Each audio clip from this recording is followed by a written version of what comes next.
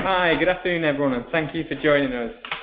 We're just about to kick off. Before I kind of get stuck into everything, I just want to do a couple of quick introductions. So, my name is Tom Platt. I head up product sales here at Technica. I've been working with a range of different businesses for quite some time now. We're fortunate enough today to be joined by Andy Still. Andy is our CTO and co-founder. Andy heads up a lot of our product development and has a wide range of experience of working with some of the UK's leading insurers, banks and major retailers. Andy's also a published author, so he's published a lot of books around web performance and optimizing your platform, so all worth a good read there, and they're all there available on O'Reilly. Just to kind of set the scene a little bit in terms of why are we interested in this space, why are we here and why are we talking about things, today is very much going to be about thought leadership and showing you guys some of the data that we have. But what I wanted to just cover off is, how do we have that data, what do we do? So effectively here at Technica, we were very lucky sort of 3 years ago to build what was the industry-leading sort of traffic management and queuing solution. So around about 3 years ago, we started to sit in front of a number of the world's sort of largest retail, e-commerce, ticketing, and various other websites. And what we found very early on was that quite often people would think that their traffic was a certain level, and in fact, we'd be seeing a sort of amount of requests that didn't really correlate. So very early on, we realized that traffic was no longer humans, and that there was something that a lot of our clients didn't have visibility over. Fast forward 3 years, and we have recently released our bot management product, which is all about giving people visibility over their non-human traffic. So that's why we're here. That's why we've got this kind of data. That's enough of a plug from me. In terms of what we're aiming to cover, I'm going to do some introductions, which obviously just done. I'm going to talk about. I'm going to focus on background and change. Some of the research we've done and why we believe that there's a big problem in the insurance space. Specifically around non-human traffic.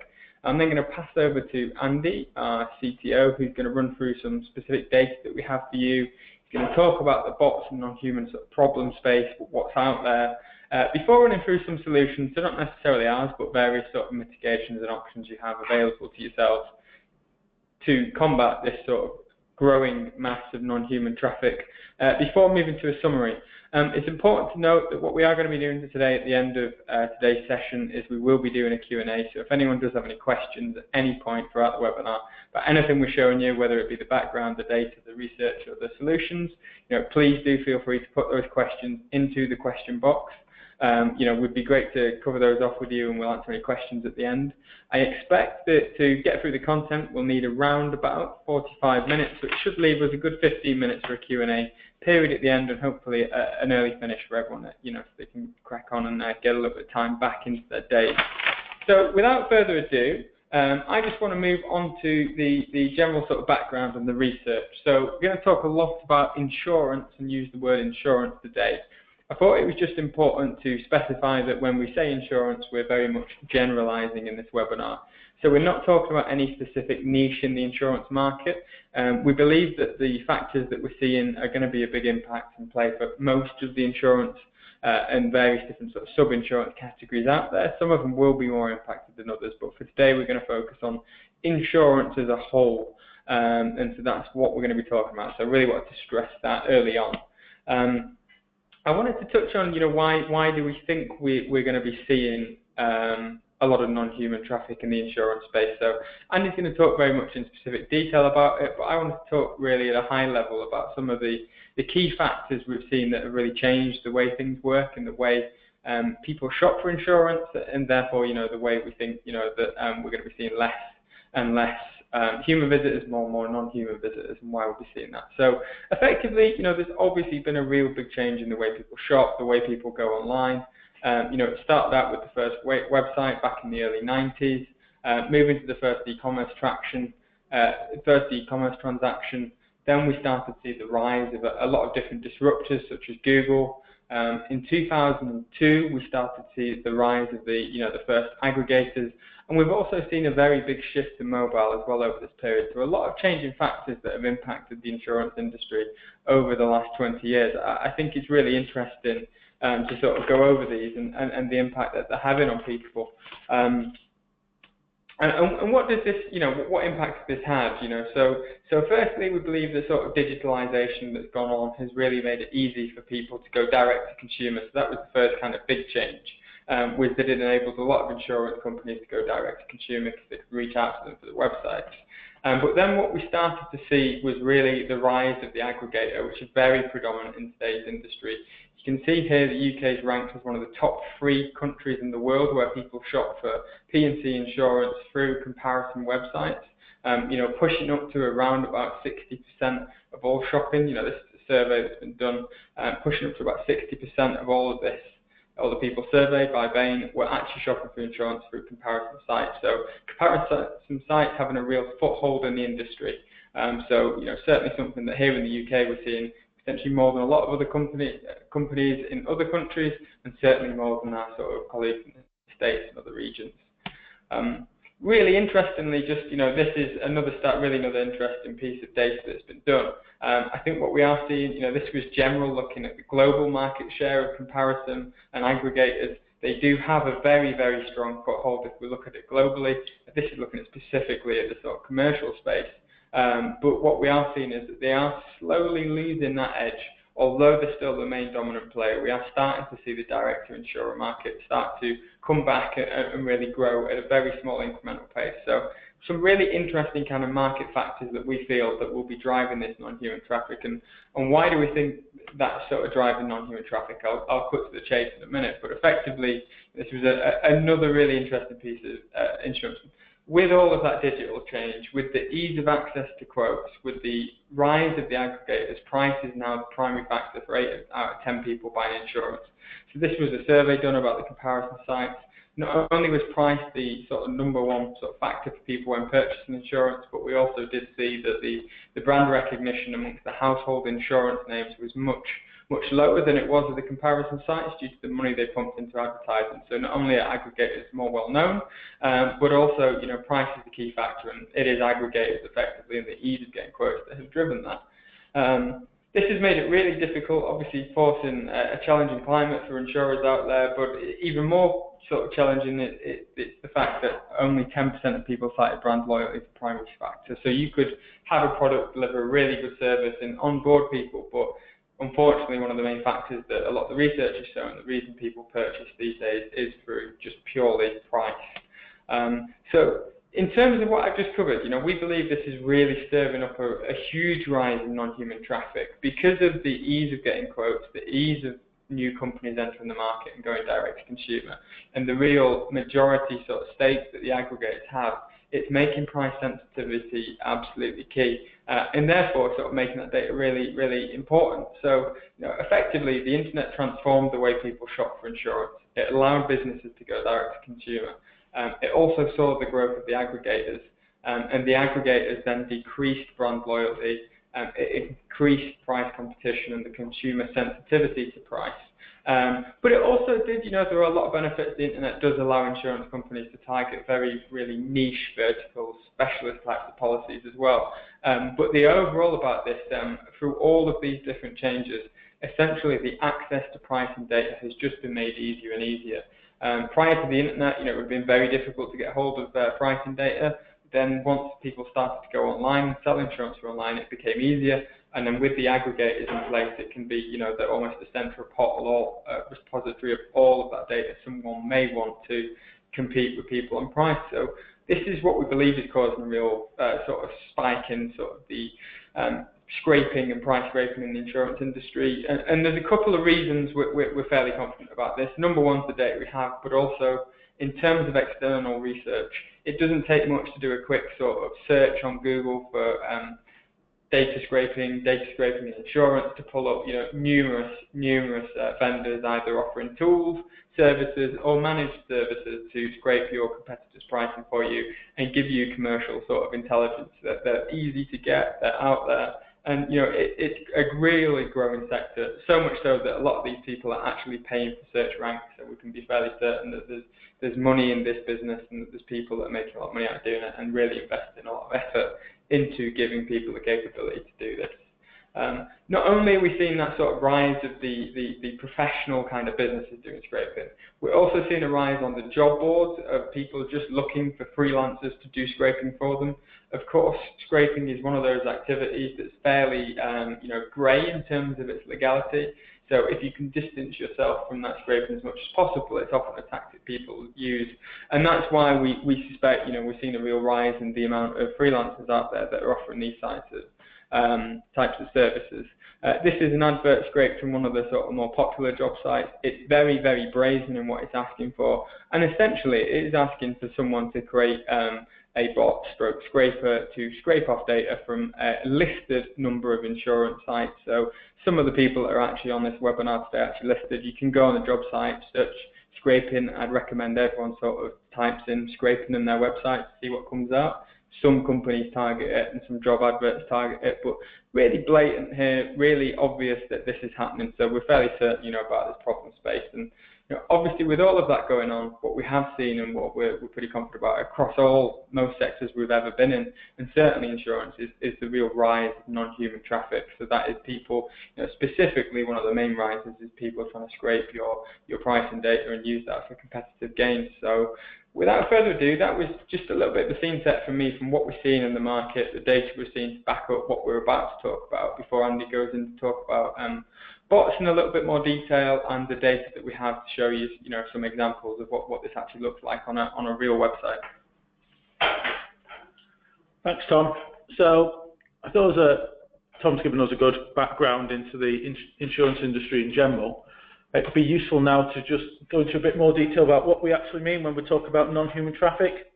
As we can see from this graphic, there's a wide variety of different activities that are undertaken by non-human traffic, but essentially we are referring to any traffic that is made by an automated process rather than anything that's triggered by direct human interaction. You can see from, as Tom's mentioned, from where we sit with our Traffic Defender tool, we see all traffic coming into sites, so we see everything that's coming via direct human request or non-human or bot request or API request, so that we can start categorizing that and getting a good understanding of what that traffic is up to. As we've said, there's a range of non-human traffic right through from the bad sort of non-human traffic, and that is things that people doing generally dishonest things such as content theft, hackers looking for vulnerability scans, looking for weaknesses in your website that they can exploit as ad fraud. At the other end of the spectrum, we've got good traffic. It's typically search engines, Google bots and things like that, who are looking to do this but for the good of your business. And then in the middle, as Tom said, it's a grey area when we start looking at things like price scraping and content harvesting, in that those sorts of things could be done for the good of your business or could not be, which make it a lot more complex when you start looking at managing and mitigating those particular types of traffic. And I think it's always worth remembering that whilst we say that it's non-human traffic, all non-human traffic has a human involved at some point. It tends to just be the amount of human input and the specified nature of the process that varies. So at the left end of this spectrum, we'll have things like Alexa, which is, it's non-human traffic, but it's triggered by one human interaction, generally looking at performing one activity. At the opposite end of the scale, you'll have scanning going on by hackers who are just scouring the internet, looking for particular vulnerabilities on any system that's out there that they can then take advantage of. And in between that, you've got a range. So you may have a fairly well-targeted attack, which is just about scraping prices or content for one particular group or type of user. And then that would probably range to more general scraping, which would have less human interaction, but it's about getting a range of data that you can then use as part of another system. So with all that, determining what you do with your non-human traffic, it's not a simple decision. it's a much more complex issue because you've got that range of different activities that people up to, which will the value or impact, positive or negative, of that traffic will vary not only from industry to industry, but between different companies within the same industry, depending on the business models and the way that people are working and their particular position in the market. So what we've done here in Technica is try to come up with a two-stage plan for how you look at that, all your non-human traffic. The first step is that you take some time to understand what's going on, what non-human traffic there is, what the activities of that non-human traffic is. So we do a great deal of data analysis to look at what's your human traffic, what's your non-human traffic, and from that, try to get a little bit underneath the skin of it and see what it is it's actually trying to do. Once you've got that depth of understanding, you can then start applying some decision-making criteria to it, and that is all about making sure that when you're trying to come up with an approach to managing this, you're always maximising the value that you get from the traffic, while simultaneously minimizing the impact of that traffic. And it's important to remember that this same group of non-human traffic can be delivering you some value, while also delivering you potentially negative impact to your business.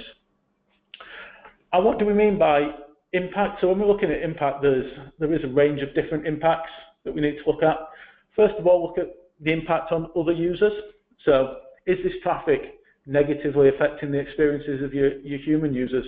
That could be in terms of the quality of service they're getting from you. That could be the non-availability of products due to non-human traffic taking them. It could be variability of price due to price triggers that are being affected by the actions of non-human traffic. Or it could be just in the performance of your system. It could be slow due to the amount of other quote activity it's having to do at the moment. An extension from that is to look at the impact on your business interests. So what is it up to? Is it in what you would regard as the best interest of your business? And this could be, from a practical point of view, that they're actually performing actions that are not in your business interest. They're in the interest of your competitors. Or they could be, as a more grey area, that they're undertaking price scraping or content harvesting to put those details on other systems, but one that are not in line with the interests of your brand and that kind of thing. The next impact is probably the most obvious one. Is there any impact on your security? Is your system more at risk as a result of this activity? Are people trying to exploit weaknesses, either known or unknown, in your system? And lastly, look at the impact on your infrastructure. And we are looking at, scalability of your system. Are you hitting limits? Are you running out of space or database storage? Are you hitting licensing limits? It could be around performance. Are you hitting the actual performance limits of your system? And lastly, is it impacting the cost of your system? Are you having to pay for extra bandwidth or extra infrastructure just to be able to handle this non-human traffic? Okay, so moving on now to look at some of the actual impacts. So we've talked in the general about that. So let's look at some of the actual particular types of non-human traffic relevant to this industry. As we said, there's a wide range of other things that we could have pulled out here, but we're just pulling out this one example which we think is relevant here, just to show the process of value versus impact. So the one we're looking at really is price scraping. Price scraping, you could define it's an automated process that is hitting your system, gathering your pricing or other information, and using it for its own purposes elsewhere. That could be for resale, it could be used by competitors, it could be put on a comparison site that you're not affiliated with. And this is one of the things that is recognized by OWASP, the Open Source Security Organization, as one of the threat types that they've identified for automated traffic, which they categorize as scraping. So when we're looking at that, there is potential value to this. Depending on what the price scrapers are doing, they could be ultimately driving traffic to your system, and you will get sales. It depends what they're doing. If it's competitors scraping your prices, this is less likely. So on the other side, looking at the impact of this, first and foremost, there will be an impact potentially on other users if your system is running close to its limits, you will see slower performance. So it will impact other users in that respect. It could also impact other users if you're using sensitive pricing, depending on the amount of quotes you're getting at particular market sectors. This runs quite nicely into looking at what the impact is on your business interests. The first one is probably, it could well be competitor price matching. So they're scouring your site to determine what your net and retail rates are, to determining your market sectors that you're targeting, and then looking where they can maximise their margin against yours. So that's understandably quite a negative impact on your business interests. There's potential as well if your price scrapers are scraping your prices to display them on other sites, that they will be misrepresenting your services. So you lose that control over how your brand and your services are being sold to your potential end users. And then there's obvious impact on your infrastructure, is that you're just handling a lot more requests that you wouldn't really need to. Okay, I'm just going to hand back over to Tom now to talk about some of the general business impacts as well. Yeah, sure. So thanks a lot for that, Andy. I think first thing just to remember, we are doing a Q&A session at the end, so we've had a couple of questions submitted already, but if anyone does have any questions around what we're showing you, bots in general, if they think they have an issue or they've got a question, please do feel free to pop them in that question box. I think, yeah, I just wanted to sort of just add in here around, we work very closely with a lot of not just technical people, but senior business and marketing people in the companies that we work in, and look a bit broader in terms of, what is the actual impact of this non-human traffic. Often, if we do have an increased amount of traffic on a website which isn't actually purchasing, it can really impact our analytics and really lead to inaccurate conversion rate analytics effectively. So we've seen a lot of businesses be affected by, making really key decisions based on their analytics and metrics that they have, but effectively these being quite widely skewed by effectively traffic which is never ever going to convert. So that's certainly one thing to look out for. Obviously, competitor price scraping, given the market that insurance is in, the space that's going on, and the real war in pricing, and it being such a significant impact and decision-making factor for a consumer, certainly it's very useful, I think, for everyone to know what their competitor's price is, but it's also very dangerous for a competitor to have a real-time understanding of your price, and potentially be able to understand when you reduce things, when you make offers, and be able to combat them. So all that real stuff you go in to differentiate yourself, it does open you up to sort of vulnerability there. Other things around having this non-human traffic there, we focus very specifically on scraping. One of the things we have also seen is a real rise in the amount of account takeover attempts. This stems a lot from the fact that, here in Britain, our average consumer has around 118 different accounts on different services, and they share about 70% of their passwords. So as we see more and more data breaches come out, it does make not just the insurance industry, but everyone essentially a little bit more vulnerable to the sort of types of brute force account stuffing types of attack that we do see. So we do have a lot of people that talk to us about that, and again, that's the fault that you certainly don't want on your site. Andy touched on it a lot. We have seen bots really impacting on infrastructure. I'm going to show you some data on that very shortly in terms of just how big that impact can be, because certainly a bot user is always going to be more aggressive than a human user. But finally, I think it's really important to understand where non-human traffic stroke bots sort of what they mean for your business. We're seeing some really interesting parallels between the travel space and the airlines and the insurance space. With a lot of businesses saying, look, we don't want to be on the comparison site. So, certainly those businesses want to make a strong play to retain their pricing data and stop other people being able to show it. But similarly, we've also seen a lot of businesses benefit and really open up to the comparison site. So it's really about understanding where you want to position your business. Obviously, there's a lot of, if you do go from comparison sites, quite often it leads to a lot of businesses to get a lot of value and increased revenue through that channel. However, there's a flip side to that, in that a lot of the, obviously if we're purchasing through a third-party provider, then onto your website, there's generally a loss in brand loyalty, an upsell opportunity, which a lot of the airlines are starting to now wonder, which way do they want to go. So certainly, in general, a lot of parallels between the travel industry. I certainly think, working with a lot of businesses first time, day to day on this, it's really important that you understand what does non-human traffic mean to your business. And you know what, if it's something you want and you really want to get involved in the, the comparison game, I think it's important that we optimize bot traffic and you're able to really stream your prices back in a fast way.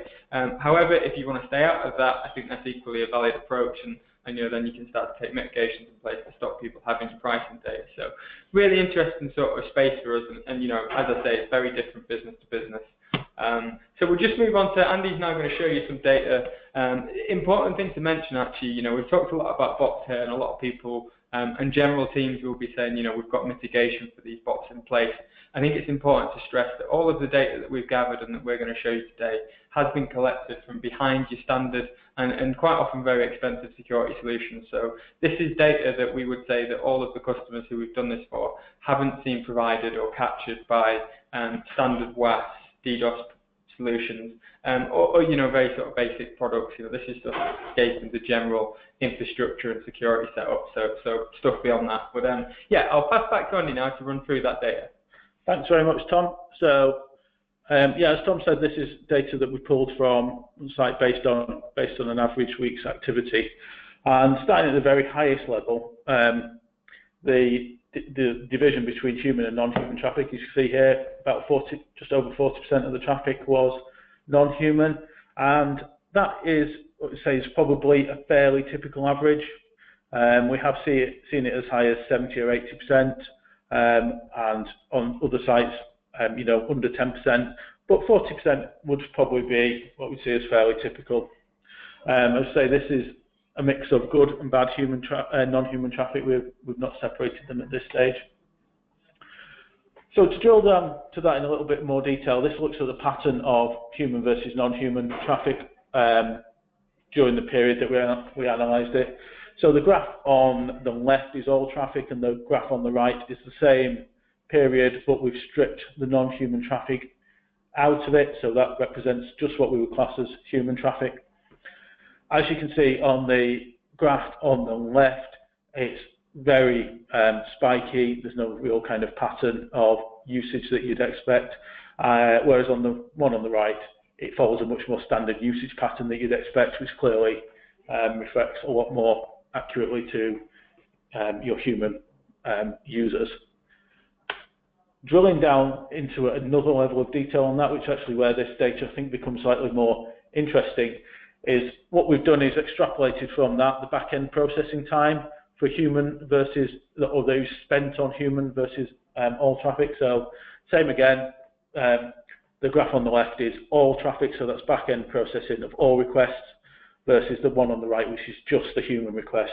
I think this graph really does illustrate one of the issues with non-human traffic. Is it's not only that it is making additional requests against your system, it's just that the requests that it tends to make are the higher cost ones in terms of your infrastructure.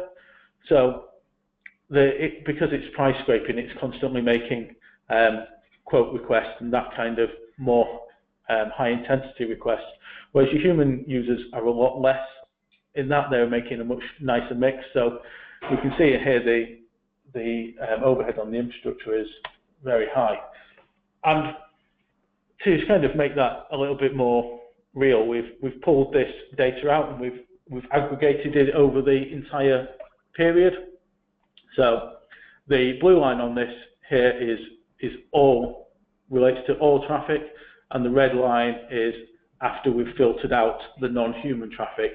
So as we can see on the hits, as we've seen at the very highest level, human traffic is just over half of the total traffic. But when we pull that out into the back end processing time, the human traffic is only about a third of the amount of total time that the infrastructure is actually spending processing requests. That's aggregated over the entire period, and when we look at the peak hour, which is actually, if you look at the time, it was at 7 o'clock in the evening. This was the busiest hour of the period. So this is when there are probably a larger amount of human users on it, but the non-human traffic is accounting for the vast majority of the processing time at that time, and working it out, I believe it is something 80+% of all back-end processing time there is being spent by non-human traffic. So the impact on their busy time is exponentially bigger than it is on quiet times. So I think that shows you a bit of the extent of the problem and some of the impact that it's having. Let's go on to have a quick look at some of the solutions that are out there to deal with this problem.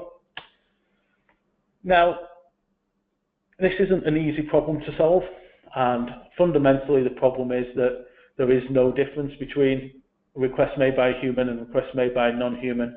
As we've said, that all requests are ultimately triggered by a human in some respect, and obviously all requests are all actually made by a computer, so there is no physical difference. So identifying the difference is a non-exact science. So what can you do to deal with that? The first way that we see fairly regularly is by using static blocking, either on your firewall or on your web application firewall. Basically maintain a blacklist of known IP addresses. And this again, it will deliver you some benefit. Now where it becomes very difficult is if you're trying to maintain this yourself. It does need constant maintenance and updating.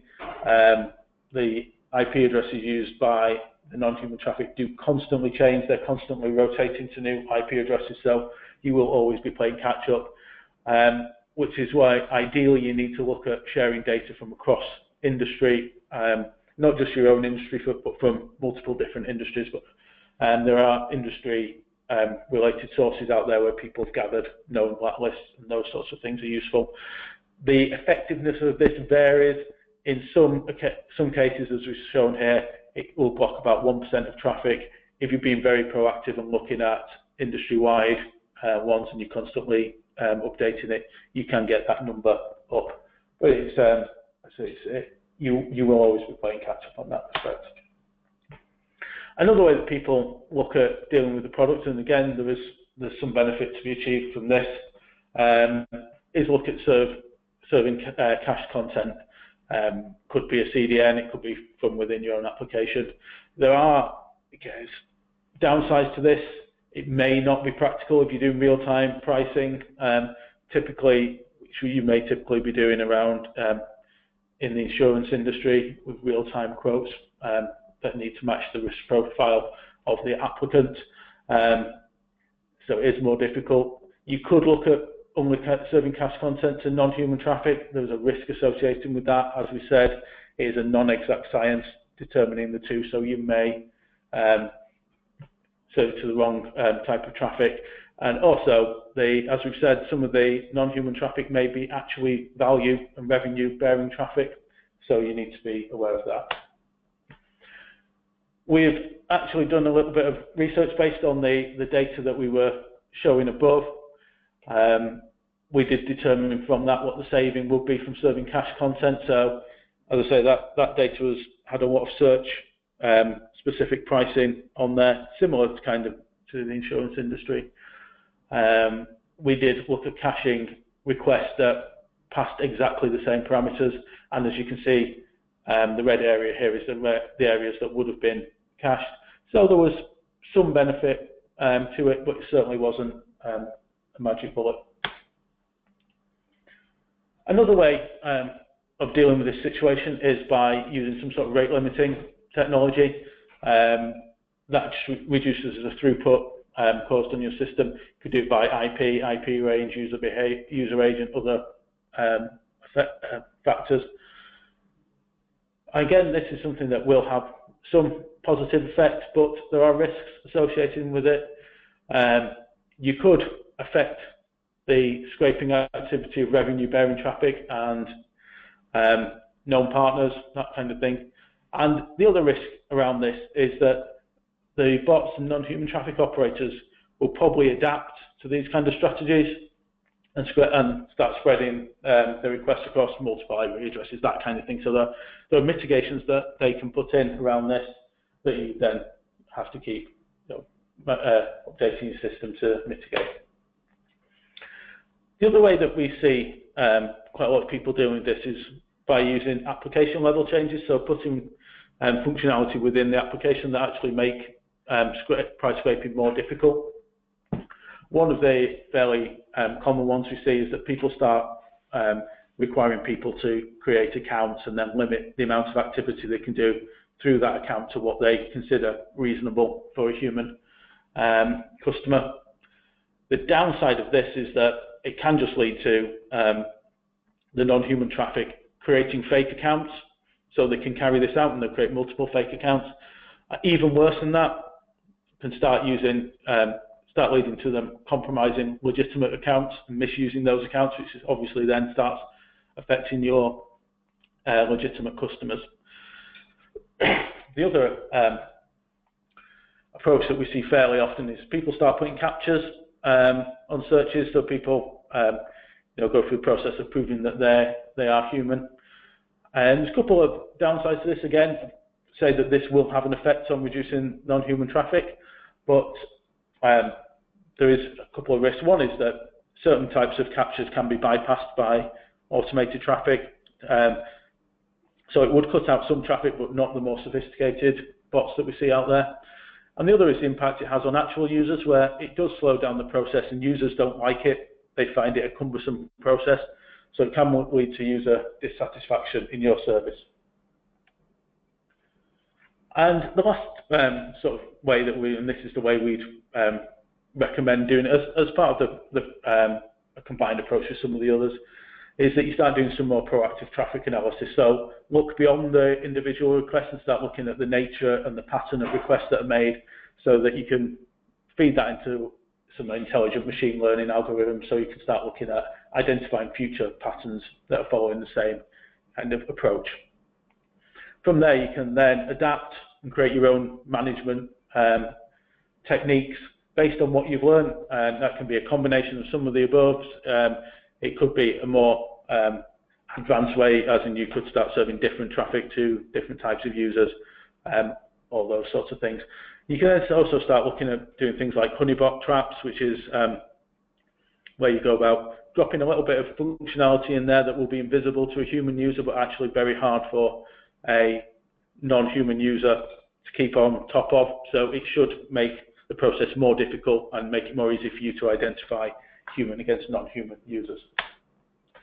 So to summarize, I think we can say that non-human traffic is a problem within the insurance industry, particularly around the issue of price scraping. That is affecting how companies operate, and in the type of market that is in insurance at the moment, as Tom said, price scraping does have a big impact if people can be more price sensitive than yourselves. It also creates a lot of overhead with serving all these extra requests. There isn't a simple solution to the problem. Not all bots are good or bad, so you do need to understand the nature of your non-human traffic, the extent of the problem before you go into a process of dealing with it. And when we look at solutions, there are some basic solutions, but they will have a limited, sometimes even negative impact, so you do need to be careful between implementing those. And it is worth considering looking at more proactive learning solutions. Okay, so I'll hand back to Tom now and start looking at what we do now.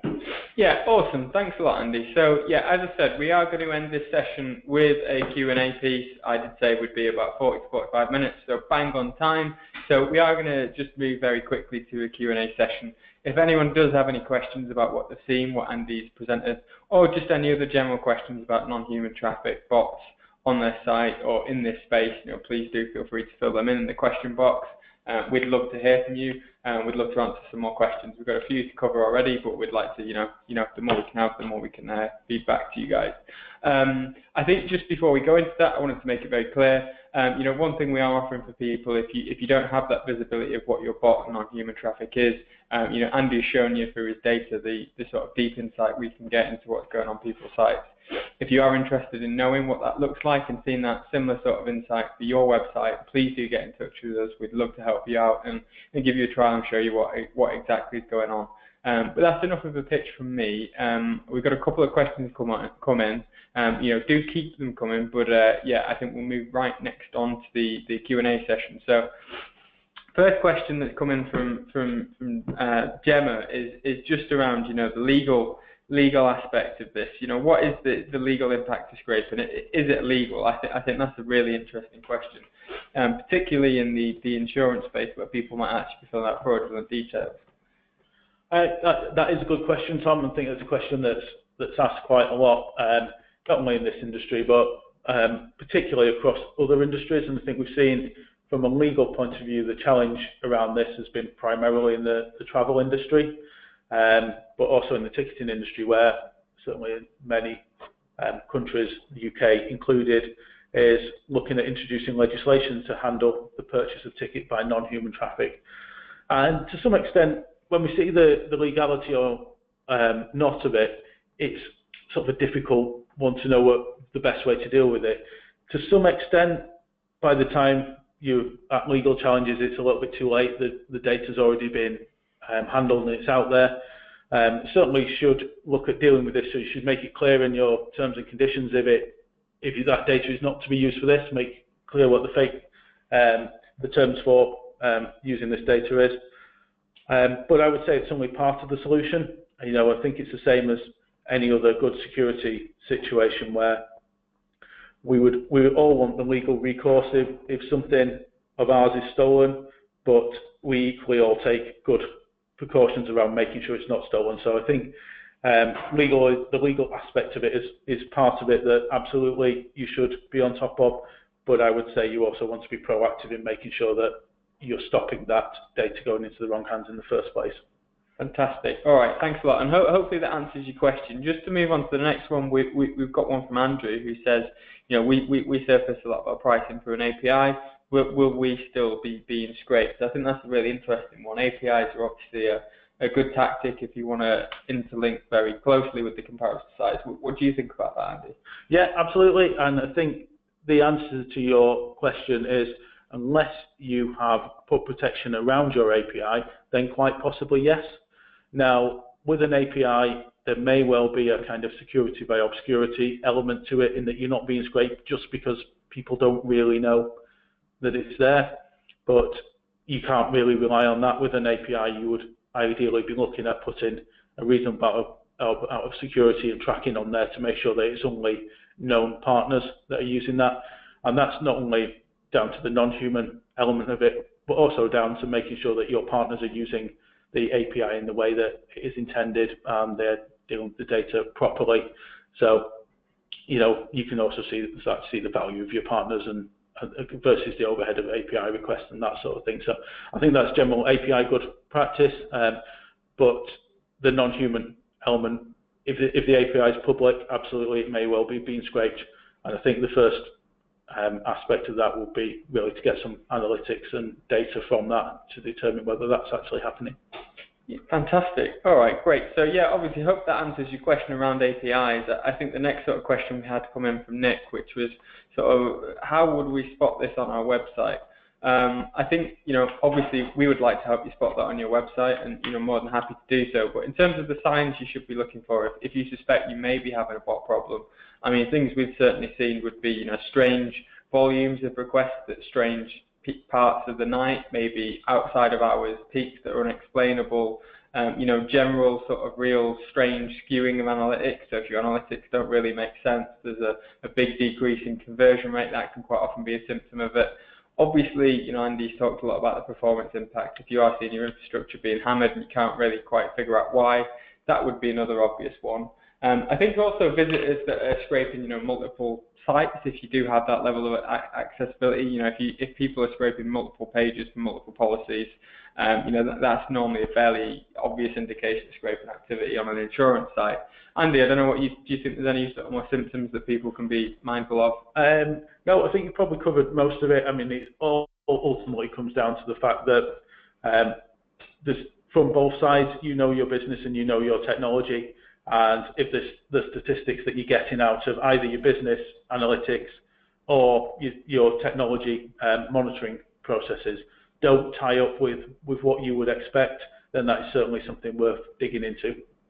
Okay, and the final question, so we've got a couple we're going to respond to via email off the back of this, but we do want to get you off nice and early. Final question from Rob was just on, are there any particular rule sets that he could implement on his WAF to reduce non-human traffic? Your WAF will probably be stripping out all the kind of insecure traffic. That's the objective of it. The issue with using a WAF for detecting non-human traffic in this respect is that non-human traffic is not doing anything that human traffic won't be doing. So it is very difficult to identify using a WAF. And the way people usually handle it on a WAF is by creating blacklists of known IP addresses or known user agents, that kind of thing, which they deny access to. And as we've said, that is something that you can do, but it takes a lot of time and effort to keep up to date with. I would generally say that a WAF is not the ideal tool to be identifying this kind of traffic with. Okay, great. Well, thanks for that, Andy, and hopefully that answers your question. As I said, there's a couple more questions that we're going to take offline, some pretty interesting ones, but we certainly want to give you a bit more of an in-depth answer than we can give you over the webinar. I'd just like to say, if anyone's got any further questions, please do get in touch with us. Do feel free to get in touch. If you do want to take us up on that offer and get more visibility, obviously we're here and always willing to help. So, if you want to get that kind of data into your website that was shown, do give us a shout. But without further ado, I'd just like to sort of say thank you all for joining us. It's great to see so many attendees from the insurance sector. We hope you found this session really useful. And I'd like to thank you, Andy. Andy, thanks for joining us. And yes, thank you, everyone. We'll hope you have a fantastic rest of the day. And yes, any questions, do get in touch with us. Thanks a lot.